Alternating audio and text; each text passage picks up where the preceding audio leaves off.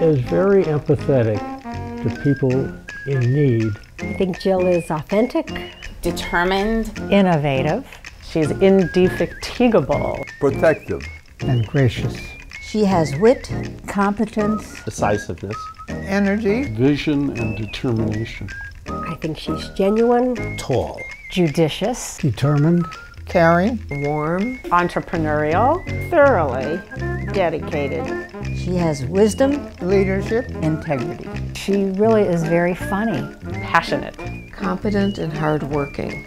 She's a leader. I think she's balanced, she's goal-oriented. We could go on forever describing Jill.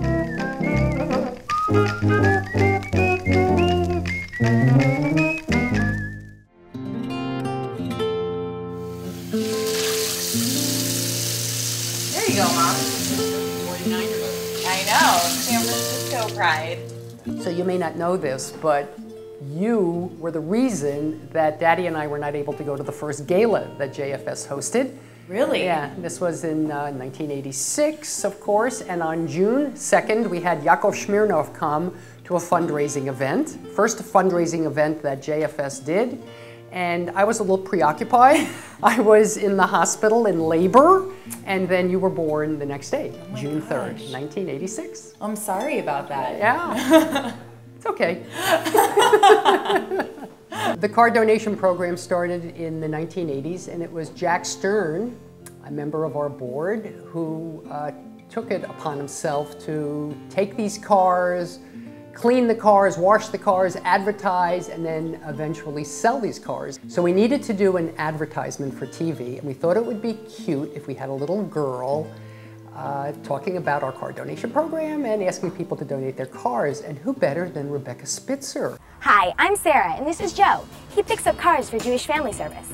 My parents donated our car to Jewish Family Service because they help people right here in San Diego.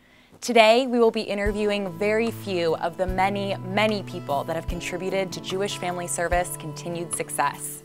When and where did you first meet Jill? I met her sometime in the early 80s when she came to work for JFS. Shortly after, I think within the year, the position of the executive director became available and Jill applied for it.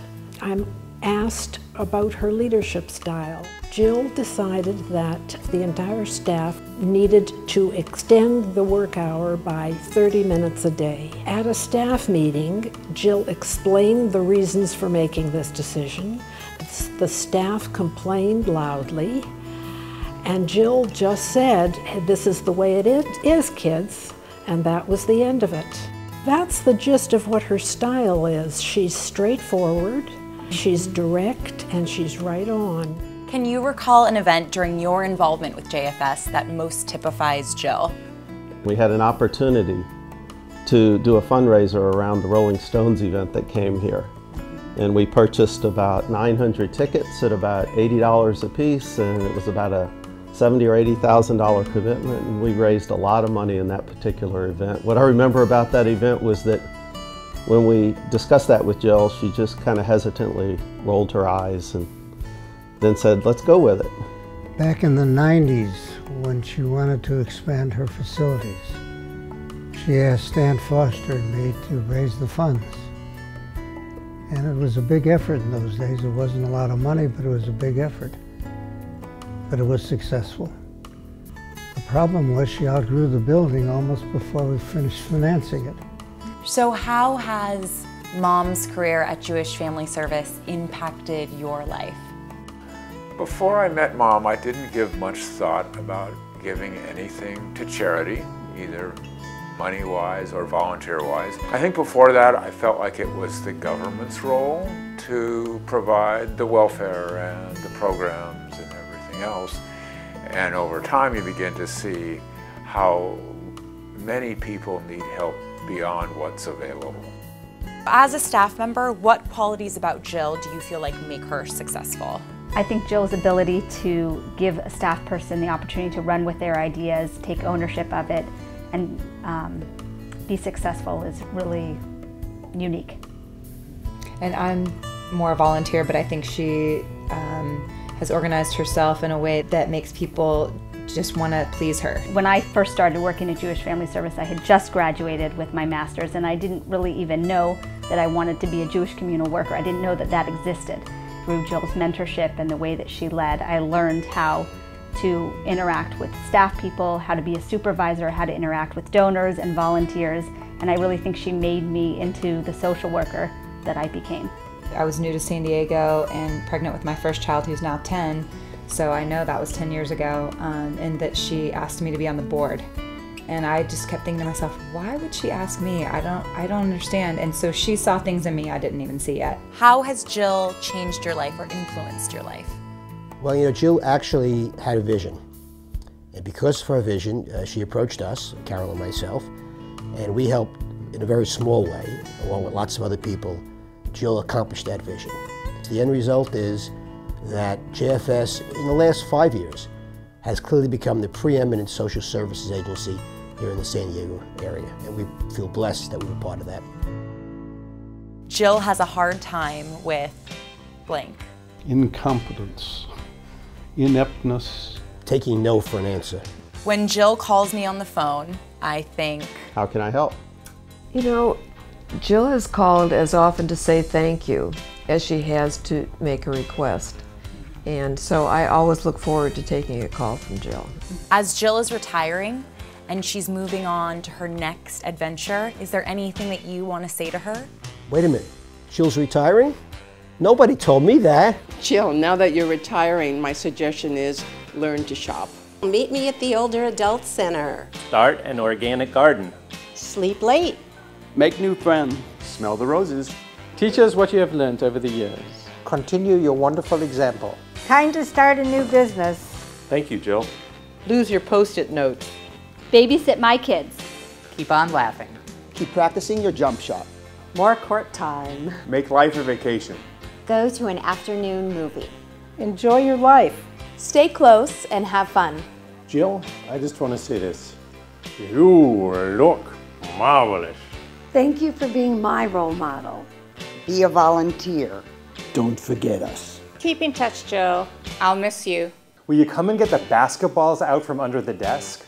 Jill, you know I wish you everything the best for your retirement. And I know you want to play a lot of basketball.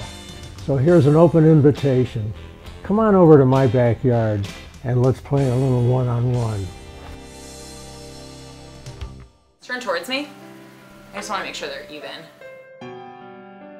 You worry, Mom. It's you and me, babe. So tell us a little bit about your passion for JFS. I guess the thing about JFS that is, I think, so appealing is the immediacy of what people can do to help. The work that we do is often one-on-one, somebody coming, needing help with something, and we provide that help. And if we can't, we try to find where they can go to get whatever it is that they need to make their life better. What we've done is expand the parameters of help. You know, when we started the agency, we focused mostly on providing counseling. And we were known as an excellent place to receive psychotherapy. I think that over the years, we've proven that. People know that JFS is a place where you can come and get help.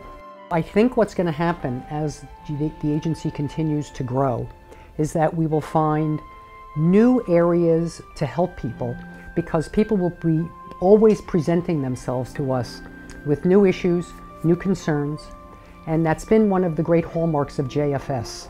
We may start with a particular program and be very focused on a particular problem area, but we know that when people come with one issue, often there are other issues that are going on within the family or with the individual.